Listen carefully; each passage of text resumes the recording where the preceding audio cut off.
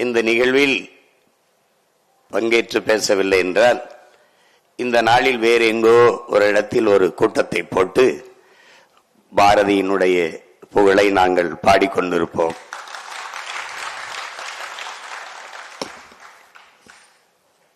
நன்றால் பாரதியை பேசாது மறைத்து நிராகரிக்கிறவர்களை நாங்கள் நிராகரிப்போம்.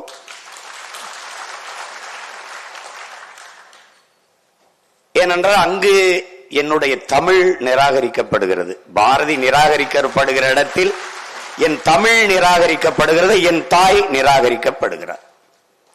எங்கள் பாரதி தமிழை போற்றுகிறவருக்கு சிவனாகவும் தமிழை தூற்றுகிறவருக்கு யமனாகவும் இருந்தவன்.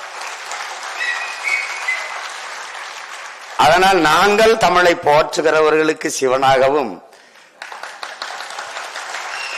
தமிழை புகழ்கிறவனுக்கு சிவனாகவும் தமிழை இகழ்கிறவனுக்கு எப்போதும் யமனாகவும் இருக்கும்.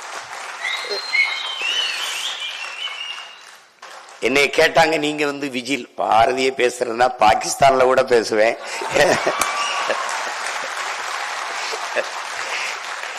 ஏன்னா எனக்கு பயம்ங்கிறது பரம்பரைக்கே கிடையாது. அச்சமும் பேடிமையும் அடிமை சிறுமதியும் இருக்கான் பாரதி. அதனால அது ஒன்றும் கிடையாது எங்களுக்கு.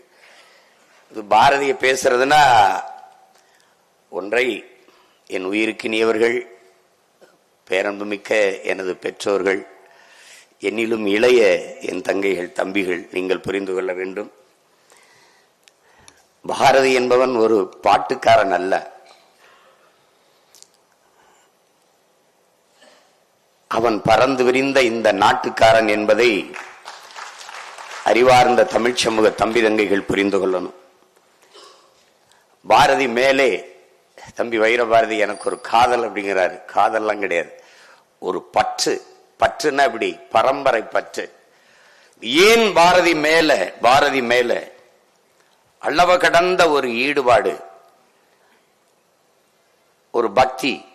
அது பல்வேறு சொற்கள்ல நீங்க சொல்லிட்டே போகலாம். ஆனால் எங்களுக்கு இருப்பது பாரதி மேல ஒரு வெறி. அது எனக்கு இருக்கிறது அடங்கா பெரும் வெறி. 1916 ஏப்ரல் 3 அவன் நடத்தி கொண்டிருந்த சுதேசி மித்திரன் பத்திரிகையிலே எழுதுகிறான், ஒரு செய்தியை பதிவு செய்கிறான்.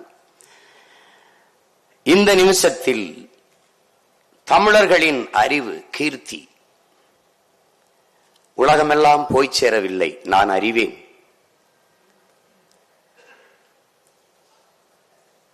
போன நிமிஷத்தில் இருந்து அது தமிழ், அதனுடைய அறிவொளி மங்கி இருப்பதை நான் அறிவேன். போன நிமிஷம் போய் தொலையட்டும், இந்த நிமிஷம் நிச்சயம் இல்லை, அது சத்தியம் இல்லை. ஆனால் நாளை சத்தியம், நாளை பொழுது சத்தியம். உலகமெல்லாம் தமிழின் அறிவு ஒளி பரவும் வகை நான் செய்வேன், கொண்டு போய் சேர்ப்பேன். தமிழின் பெருமையை உலகம் முழுதும் கொண்டு போய் சேர்ப்பேன். அப்படி இல்லைனால் என் பேரை மாத்தி வைங்கடாங்க. இப்ப நான் என்ன செய்யணும்? அந்த பாரதியின் பேரனாக நான் என்ன செய்யணும்? பாரதி உன் பேரை உலகம் முழுமை நான் கொண்டு போய் சேர்ப்பேன். பாரதி யார் என்று உலகம் முறை சேர்ப்பேன். இல்லைன்னா என்ன ஆகும்? நான் தமிழனாக பிறந்த பிறவி பிழையாயிரும், என் பிறவி பயனற்று போயிடும். நான் தமிழனாக பிறந்தது தவறு என்று வரலாறு பதிவு செஞ்சிடும். இப்ப இந்த விழாவில் பாரதியை பத்தி பேசுறோம். வந்திருக்கிற உங்களை விட கேட்க ஆர்வமா இருக்கிற நாற்காலியின் எண்ணிக்கை அதிகமா இருக்குது. அப்படின்னா என்ன அர்த்தம்? அவ்வளவுதான் ஒரு திறர் பாருங்க, அவ்வளவுதான் தமிழ. பாரதிங்கிறத படத்தில் நடிக்கல, இல்ல பிரச்சனை தானே. அவன் நினைப்பான், இந்த பதறுகளுக்காடா நம்ம போராடி சுதந்திரம் பெற்று கொடுத்தோம், ஏண்டா அப்படி நினைச்சுப்பான். நீங்க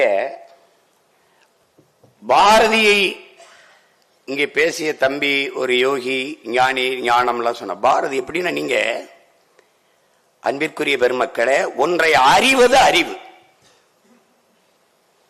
தான் அறிந்த ஒன்றை எவ்விடத்தில் எந்த நேரத்தில் எப்படி பொருத்தி பேசுவது என்பதை உணர்த்துவது ஞானம். அதை உணர்ந்தவன் பாரதி. பாரதி ஒரு கவிஞன் அல்ல, மகா கவிஞன். ஏன் மகா கவிஞன்? காலம் உருவாக்கியவன் கவிஞன், காலத்தை உருவாக்கியவன் மகா கவிஞன். நீங்கள் பாரதியை கூறு கூறா அப்படி ஒவ்வொன்னா பாத்தீங்கன்னா அவன் சித்தன்னு சொல்லுங்க, யோகின்னு சொல்லுங்க, ஞானின்னு சொல்லுங்க, அவனை தீர்க்கதரிசின்னு சொல்லுங்க, கால கணிதன்னு சொல்லுங்க, அல்லது அவனை அவதாரம் என்றே சொல்லுங்க. எப்படி பார்த்தாலும் அத்தனைக்கும் உலகத்தில் ஒருவன் பாரதி. உலக மானுடர்களில் நாம் ஒருவன், பாரதி ஒருவன். அவன் அந்த ஒருவனுக்கு அர்த்தம் வேறு, அந்த ஒருவனுக்கு அர்த்தம் வேறு.